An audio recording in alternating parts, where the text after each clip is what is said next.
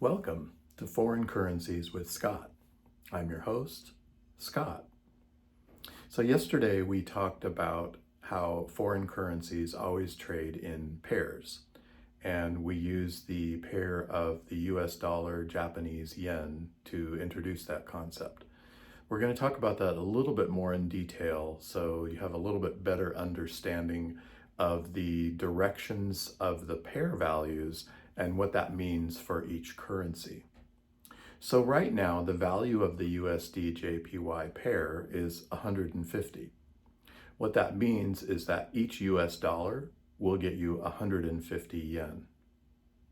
So if you're a traveler and you go from New York to Tokyo and you have $1 and you want to exchange it for the local currency in yen, they would give you 150 yen. So if you believe that the dollar is strong and is going to go up relative to the Japanese yen, and next week, like in a week, it has gone up significantly versus the yen, do you think that means that would be more yen that you would get for your dollar? Or yes, less yen, it's easy for you to say, less yen for your dollar? The answer is you would get more yen for a single dollar if the value of the dollar has gone up. So if the value has gone all the way up to 200, you would get 200 yen for a single dollar. Conversely, if the value of the dollar has gone down relative to the yen, and it goes down from 150 to 100, now suddenly you show up in Tokyo with your dollar and you only get 100 yen as opposed to the 150 you got previously. Your dollar is much weaker. So hopefully that is starting to make the concept come a little bit clearer.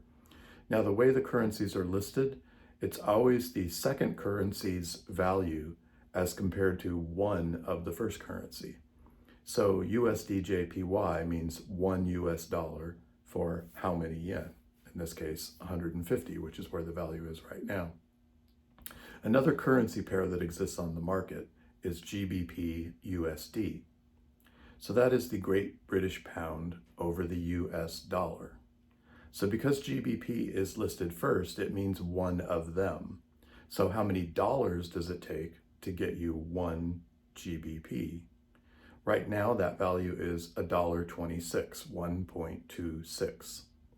So here, if you believe the dollar were going to get stronger, you would think, I don't really want to have to pay $1.26 for each of my pounds. I want to get more for my money. So I only want to pay $1 for each of my pounds, not $1.26. So that would mean that the pair would come from 1.26 all the way down to 1, which would mean the dollar would be getting stronger.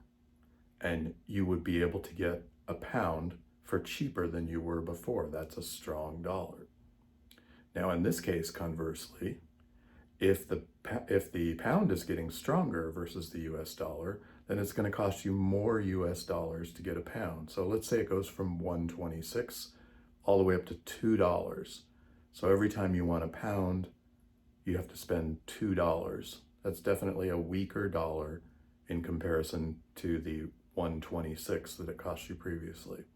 So an important point to remember here with all these exercises is it's the relative number where it was previously. So the fact that it takes 150 yen to equal 1 US dollar does not mean that the dollar is 150 times stronger. It's simply the local currency and its units. What matters is if it goes from 150 all the way down to 100, then the yen has gotten stronger. Okay? So important to keep that in mind as you move forward towards trading. Which direction do you think something's going to go, and what does that mean for the pair?